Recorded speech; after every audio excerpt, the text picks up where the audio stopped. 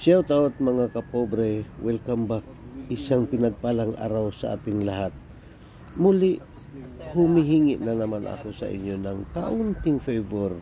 Isang subscribe, like, and pakipindot yung notification bell para updated kayo sa aking mga videos na ina-upload. Isa akong maliit na vlogger.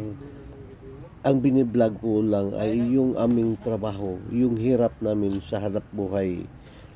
At para makatulong din sa iba, ang dami kong tinutulungan ng mga potensyal na tao na talagang dapat tutulungan. Kaya yung tulong ninyo, isang utang na loob ko sa inyong lahat.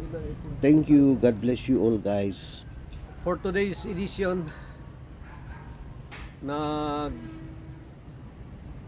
palit kami ng mag-change kami ng service entrance. So kaya yan yung ginagawa niya ngayon, transfer niya doon sa bago namin na service entrance. So yung existing na yan na service entrance, andyan sa harapan niya, dyan sa may paanan niya, tanggalin namin yan. For the meantime, gamitin namin for temporary para may power dito sa loob ng ng site. So samahan ninyo kami guys sa lahat ng aming struggle bilang isang soldier of lights or sundalo ng ilaw. Dito kami ngayon sa Jose Abad Santos, Davao Occidental.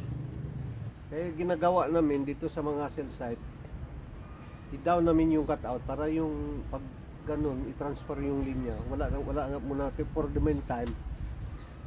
Tanggalan muna namin ng power para for safety din. Kasi mahirap na yung buhay kasi nakataya dyan. Pag sipyat ka dyan, wala na. Goodbye Philippines, 6 feet below the ground. Kaya hindi easy yung trabaho namin. Yung iba minsan, hinihingi lang nila yung labor namin. Kala nila, ganun lang yung kasimple. Pero hindi nila inisip, kung alam saan nila yung trabaho, sila na lang sila nang gagawa. May iba dyan, hindi lahat pero siguro sa bracket ko ng 10, 1 to 10, siguro mayroon 4 dyan. May 4 na parang gusto nila malibre yung